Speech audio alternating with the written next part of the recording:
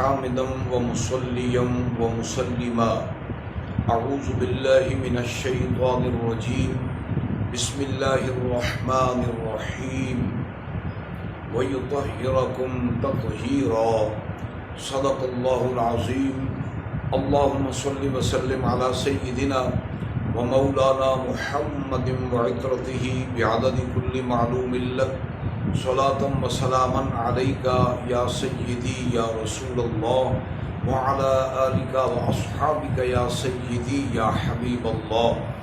معزز سامعین و ناظرین، آج کا موضوع ہے شان فاطمہ الزہرا سلام اللہ علیہا بروایت عائشہ صدیقہ رضی اللہ تعالی عنہا اور حدیث بدع رسول کی وضاحت. تو اس سلسلے میں ام المؤمنین سیدہ طیبہ طاہرہ رضی اللہ تعالی عنہا حضرت عائشہ صدیقہ آپ کی جو روایت ہے اس سے سیدہ فاطمہ الزہرا رضی اللہ تعالی عنہا کی شان ظاہر ہو رہی ہے. آپ کی حضور سرور جہاں صلی اللہ علیہ وسلم کی چاروں صاحبزادیوں میں سب سے اونچا رتبہ سیدہ فاطمہ الزہرا رضی اللہ تعالی عنہا کا ہے، اور آپ ہی حضور سید عالم صلی اللہ علیہ وسلم کی بارگاہ میں سب سے زیادہ صاحبزادیوں میں محبوبہ تھیں. اس سلسلے میں صاحب مشکات نے ام المومنین سیدہ عائشہ صدیقہ طیبہ طاہرہ رضی اللہ تعالی عنہا سے جو روایت نقل کی ہے یہ متفق علیہ ہے. امام بخاری نے بھی جلد اول صفحہ 512 پر اسے نقل کیا، امام مسلم نے بھی نقل کیا، دیگر کتب کے اندر بھی یہ حدیث پاک مذکور ہے. اس کی راویہ ام المومنین حضرت عائشہ صدیقہ رضی اللہ تعالی عنہا ہیں. اس سے یہ بھی پتہ چلتا ہے کہ اغیار نے، روافض نے، تفضیلیوں نے جو خاندان رسول اہل بیت رسول کے اندر دراڑیں بنا رکھی ہیں وہ ساری کی ساری غلط ہیں. حضرت عائشہ صدیقہ نے جو سیدہ فاطمہ الزہرا کی شان بیان کی ہے یہ کسی اور نے بیان نہیں کی.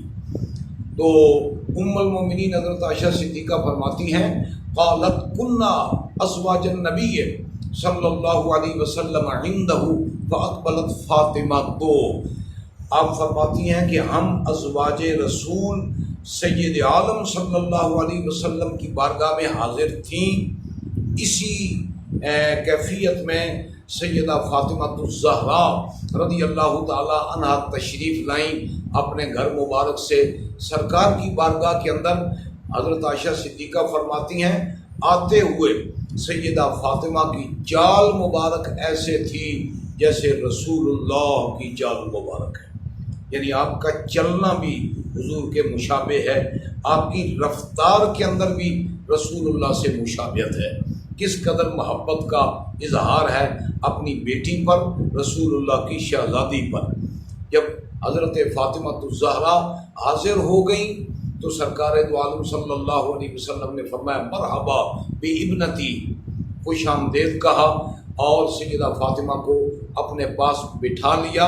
ثم سارہا فبکت بکاء شدیدا.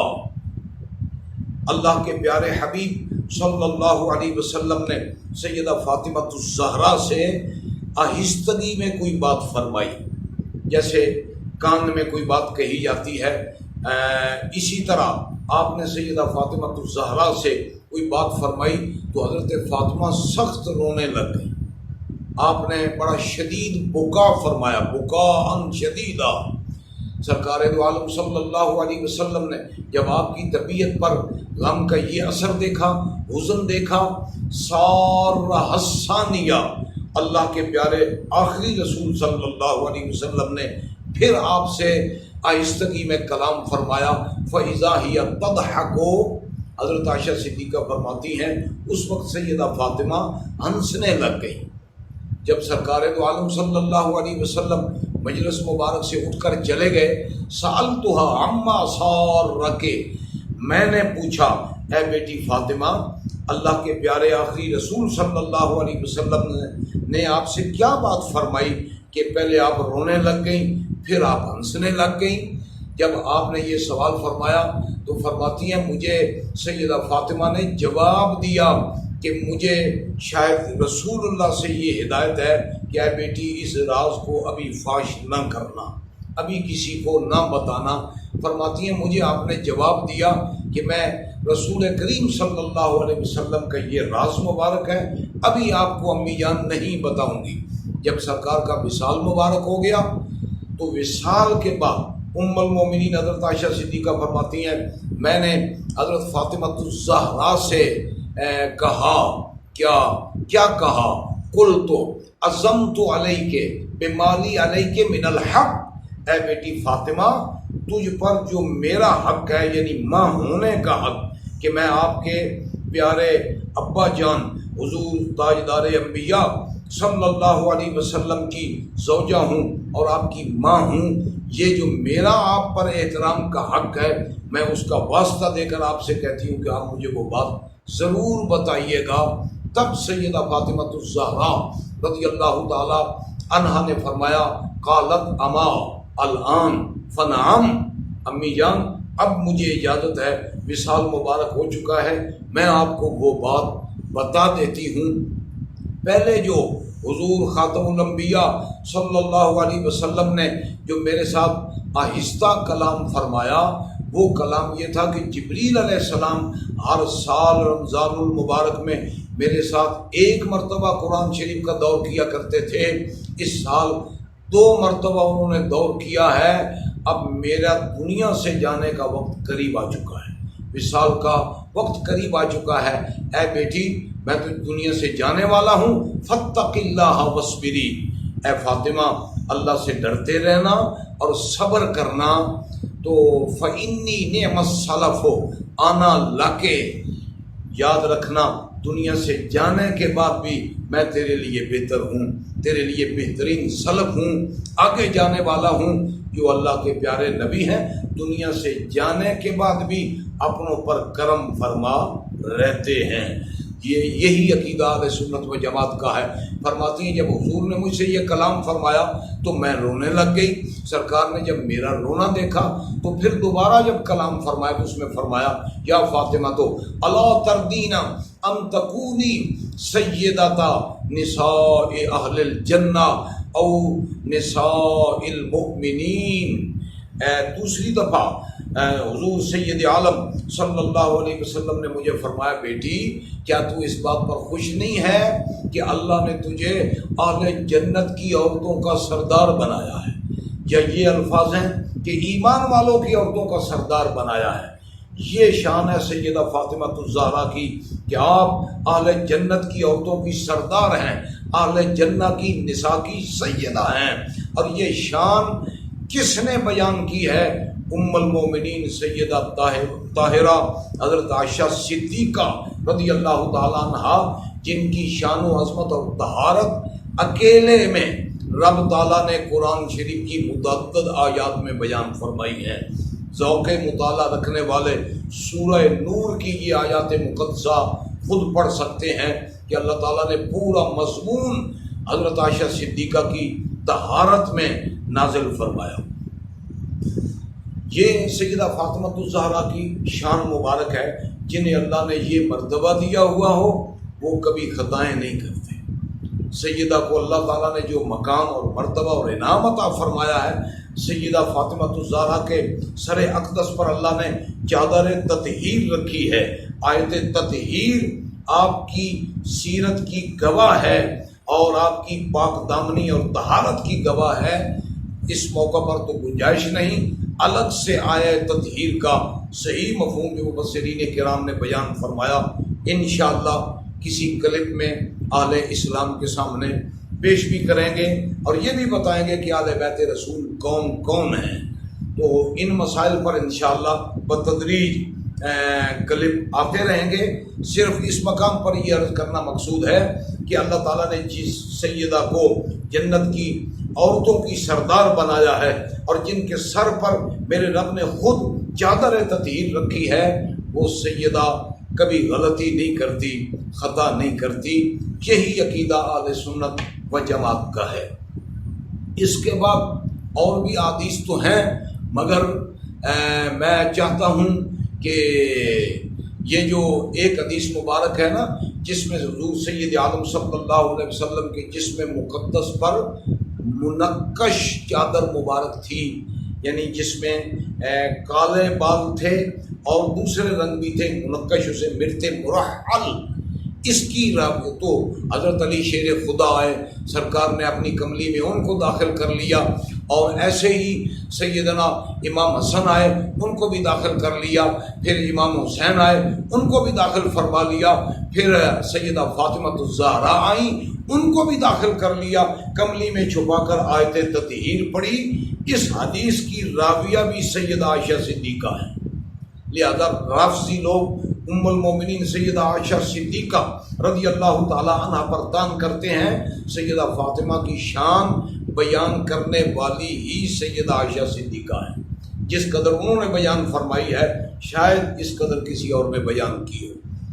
اس کے بعد میں عرض کرنا چاہتا ہوں کہ سیدہ فاطمہ الزہرا کی ایک شان مبارک یہ بھی ہے، دوسری حدیث پاک ہے، وہ ہے حدیث بدع رسول، جس کے راوی ہیں حضرت مسور بن مخرمہ۔ یہ روایت ہے جس کے بارے میں اشیاء العلماء شرح مشکات میں شیخ عبدالحق محدث دہلوی رضی اللہ عنہ فرماتے ہیں، یہ طرق کثیرہ سے حدیث مروی ہے، یعنی بہت ہی قابل اعتماد روایت ہے۔ حضرت مسور بن مخرمہ فرماتے ہیں نبی علیہ الصلوۃ والسلام نے فرمایا، فاطمہ تو بضعۃ منی فمن اغضبها اغضبنی۔ یہ سرکار دو عالم صلی اللہ علیہ وسلم کا فرمان عالی شان ہے کہ فاطمہ میرے جسم کا حصہ ہے، میرے دل کا ٹکڑا ہے، میرے جگر کا ٹکڑا ہے، میرے جسم کا حصہ ہے۔ جس نے انہیں ناراض کیا اس نے مجھے بھی ناراض کیا۔ یہ ہے حدیث بدع رسول۔ اس حدیث بدع رسول کا پس منظر کیا ہے یہ میرے پاس موجود ہے، اشیاء العلماء شرح مشکات، اسی طرح مرکات شرح مشکات میں ملا علی قاری نے بھی نقل فرمایا۔ دیگر کتب حدیث کے اندر بھی یہ مضمون موجود ہے کہ حضرت مولا علی شیر خدا رضی اللہ تعالی عنہ نے ابو جہل کی بیٹی سے شادی کرنا چاہیے، جس کا مطالبہ کیا اس نے حارث بن حشام سے مولا علی شیر خدا نے کہ آپ ابو جہل کی بیٹی کا مجھے رشتہ لے کے دیں، یا اس نے چاہا کہ میں اپنی بھتیجی کا نکاح مولا علی سے کر دوں۔ اس پس منظر میں اللہ کے آخری نبی صلی اللہ علیہ وسلم نے فرمایا، فاطمہ میرے جگر کا ٹکڑا ہے، میں حلال کو حرام نہیں بناتا، حرام کو حلال نہیں بناتا، مگر یہ میری خصوصیت ہے کہ میری بیٹی مولا علی کے گھر میں ہو تو دشمن خدا ابو جہل کی بیٹی اس گھر میں نہیں آ سکتی۔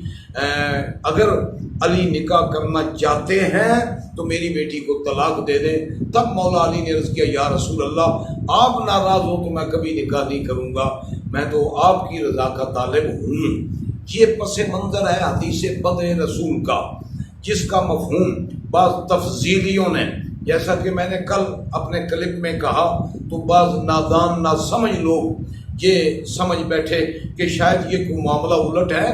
اس موقع پر حضور نے حضرت فاطمہ کو بدع رسول فرمایا، حضرت علی رضی اللہ تعالیٰ عنہ کو ابو جہل کی بیٹی سے نکاح کرنے سے روکنے پر، ورنہ حضور کے جسم مبارک کا حصہ اور ٹکڑا حضور کی ساری اولاد مبارک ہے۔ میں اب بھی ذمہ داری سے عرض کر رہا ہوں، بدعیت رسول کا شرف حضور کی ساری اولاد مبارک کو بھی حاصل ہے، اور اس کے ساتھ ساتھ یہ اولاد مبارک جن ماؤں سے ہے ان کو بھی اس شرف میں شمولیت کا شرف حاصل ہے، اور جو دوسری مائیں ہیں جن کے مقدس شکموں سے اولاد نہیں، حکماً وہ بھی اس شرف میں شامل ہیں۔ کیوں؟ آپ لوگ علماء سے مسئلے سنتے بھی رہتے ہیں اور کتابوں کے اندر موجود ہیں۔ شہید تو وہ ہوتا ہے جو میدان جہاد میں کافر سے لڑتے ہوئے شہید ہو، مگر جو آگ میں جل کے مرے وہ بھی حکمی شہید ہے، اور جو دیوار کے نیچے دب کے مرے وہ بھی حکمی شہید ہے، جو پیٹ کی بیماری سے مرے وہ بھی حکمی شہید ہے، جو وبا سے مرے وہ بھی حکمی شہید ہے، جو پانی میں ڈوب کے مرے وہ بھی شہید ہے۔ اسی طرح حکمن درجہ ملتا ہے دیگر ازواج مطہرات کو، حکمن اس بدعیت میں شرف حاصل ہوگا، اور اس سے اگلے درجے میں وہ ازواج پاک شامل ہوں گی جن کے مقدس شکموں سے اولاد نبی ہے۔ جیسے اولاد نبی اللہ کے آخری نبی کے جسم مبارک کا حصہ ہے، ایسے ہی ان ماؤں کا بھی حصہ ہے جن کے شکم پاک سے اللہ نے اپنے محبوب کو اولاد کرام عطا فرمائی ہے۔ اولاد کی تفصیل پر الگ کلپ آئے گا۔ حضور کی اولاد مبارک کتنی ہے؟ 4 صاحبزادیاں ہیں، 3 صاحبزادے ہیں، اس پر الگ تفصیل آئے گی انشاءاللہ العزیز۔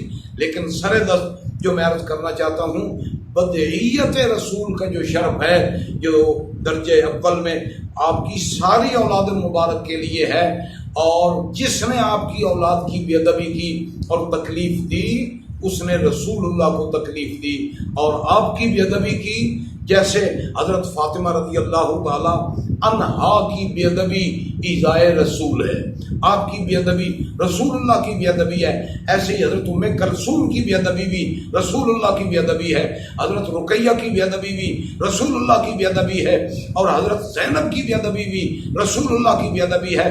آپ کے صاحبزادوں حضرت ابراہیم رضی اللہ تعالیٰ عنہ، صاحبزادوں میں ان کا مرتبہ اونچا ہے، قاسم و طیب سے بھی ان کا مقام اونچا ہے کہ سرکار نے فرمایا لو عاش ابراہیم لکان نبیا، اگر ابراہیم زندہ رہتے تو میرے بعد اللہ ان کو نبی بنا دیتا، کیونکہ بعد نبی آنا نہیں ہے، اس لیے اللہ تعالیٰ نے ان کو بچپن میں ہی دنیا سے واپس بلا لیا ہے۔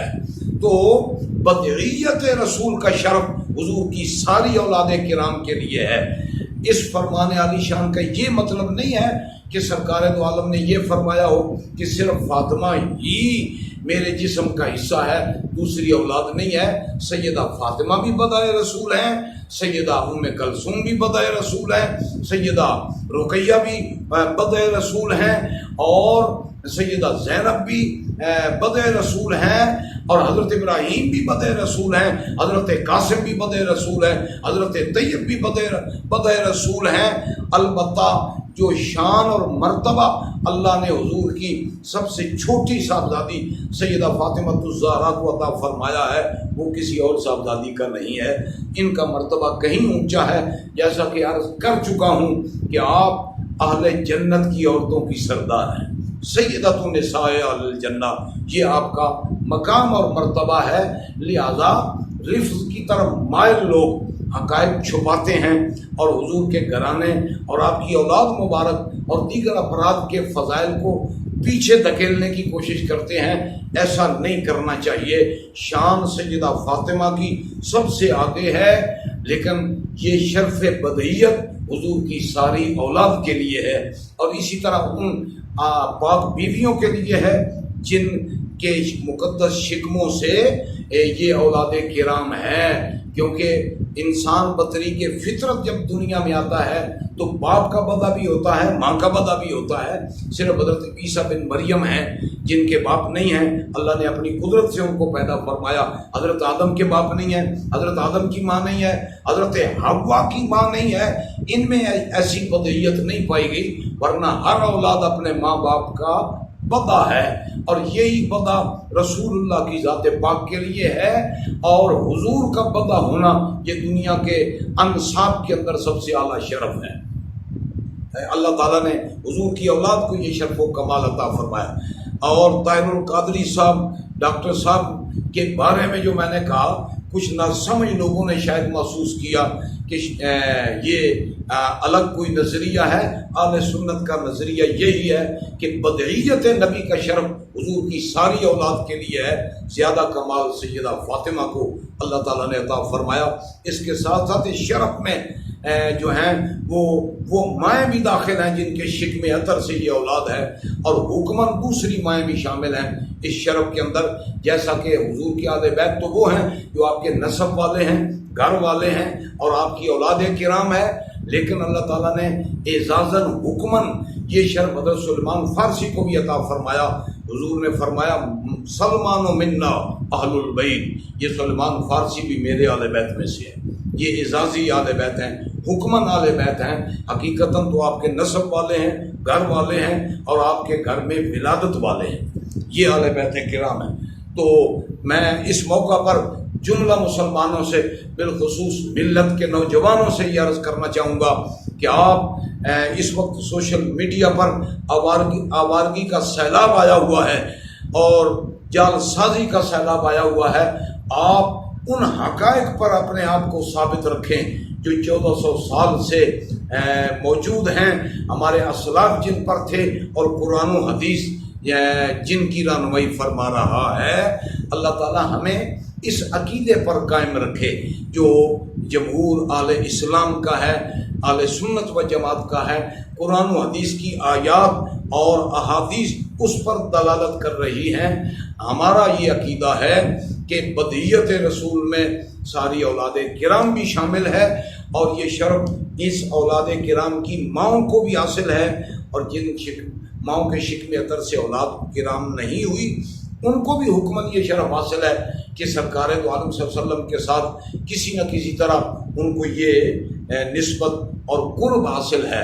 رہ گئی بات کہ شریعت کی اتباع، یہ تو اوپن حکم ہے، یہ تو بلال حبشی بھی لے جاتا ہے۔ شریعت کی اتباع کرنے سے مقام تو بلال حبشی بھی لے گیا، سلیمان فارسی بھی لے گیا، کوئی جہاں کا ہو لے جاتا ہے۔ آج بھی اس کے لیے میدان کھلا ہے کہ وہ اپنے رب کا قرب حاصل کرے، لیکن حضور کی ذات پاک کے ساتھ جو قرب ہے، رشتہ ہے، یہ شرف مخصوص ہستیوں کے لیے ہے، حضور کے نسب میں ہے، حضور کے سبب میں ہے، حضور کے اہل بیت میں ہے۔ اللہ تعالیٰ اس پر ہمیں قائم رہنے کی توفیق عطا فرمائے۔ وما علیہ الا البلاغ المبین۔